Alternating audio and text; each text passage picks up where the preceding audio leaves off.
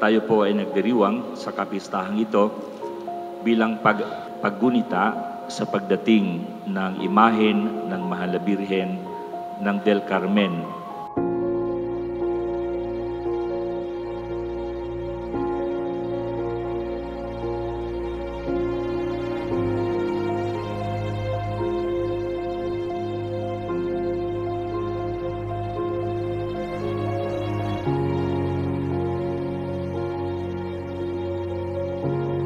Masaya akong makasama kayong lahat sa pagdiriwang ng kapistahan ng inyong parokya.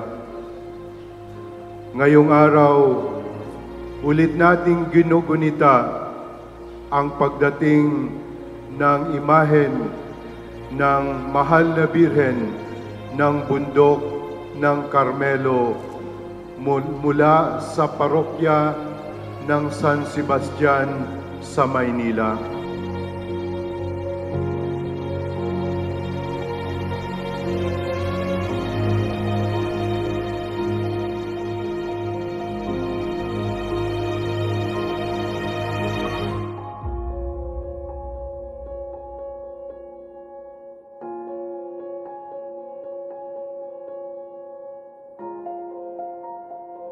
Bukas ang ating puso at isipan sa pagdiriwang ng kapistahan, lalo na sa ating pagpupugay sa Mahal na Birhen del Carmen, na ating gabay sa makabuluhang paglalakbay tungo sa Diyos. Tunay na ating patrona, ang Birhen del Carmen, ang ating gabay at katuwang tungo sa kabanalan at kaligtasan.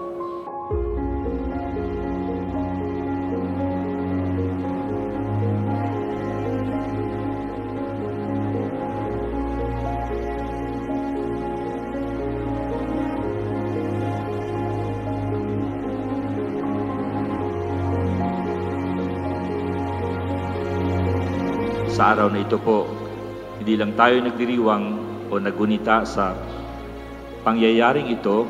Sa araw na ito ay tinatanggap din natin at kapiling natin ang Arsobispo ng Archdiocese ng Manila, ang kanyang kabunian, Jose Cardinal Advincula.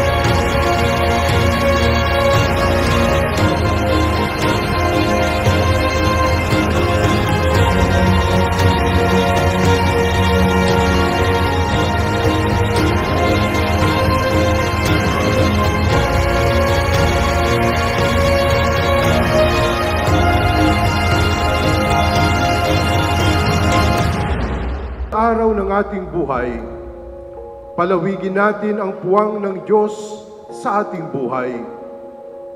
Kilalanin natin na ang Diyos ay higit pa sa sapat. Siya ang pumupuno sa atin, pumupuno sa lahat ng ating mga kulang, uhaw at gutom. Sa karanasan ng gutom at kasalatan, masasagot natin ang mga tanong, sino tayo at kanino tayo? Sino tayo? Tayo ay gutom, kulang at salat. Wala tayong maipagyayabang, wala tayong maipagmamagaling. Kanino tayo? Tayo ay sa Diyos na higit pa sa sapat. Sa Diyos na pupuno sa lahat ng ating mga kulang, uhaw at gutom. God who is more than enough.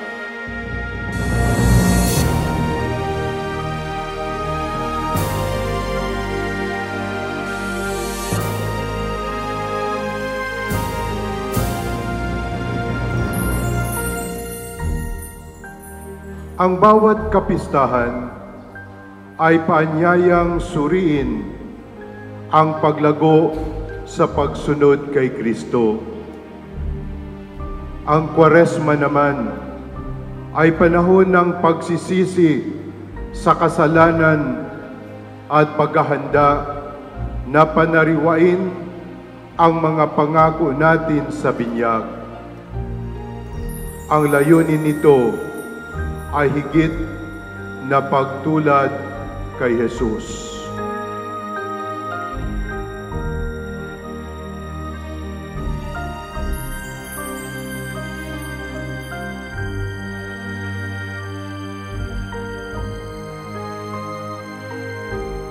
Sa karanasan ng gutom, makikilala natin na kulang tayo, kapos tayo, at salat tayo.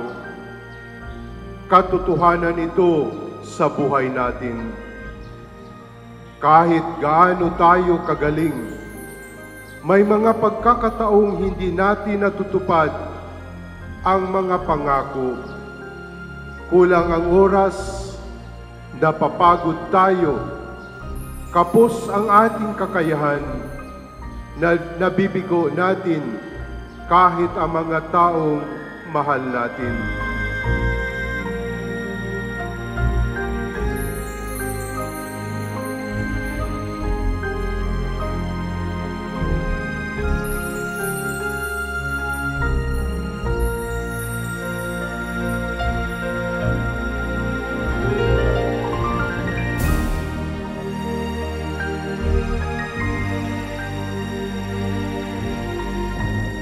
Ngayong panahon ng Kwaresma at sa bawat araw ng ating buhay, palawigin natin ang puwang ng Diyos sa ating buhay. Kilalanin natin na ang Diyos ay higit pa sa sapat. Siya ang pumupuno sa atin, pumupuno sa lahat ng ating mga kulang, uhaw at gutom. Sa karanasan ng gutom at kasalatan, masasagot natin ang mga tanong. Sino tayo at kanino tayo? Sino tayo? Tayo ay gutom, kulang at salat. Wala tayong maipagyayabang, wala tayong maipagmamagaling.